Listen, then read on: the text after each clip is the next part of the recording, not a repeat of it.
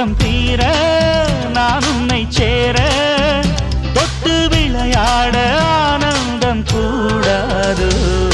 பாண்டியனின் ராஜ்யத்தில் உய்யலாலா, வேண்டி நின்ற பைங்கிளிக்கு உய்யலாலா.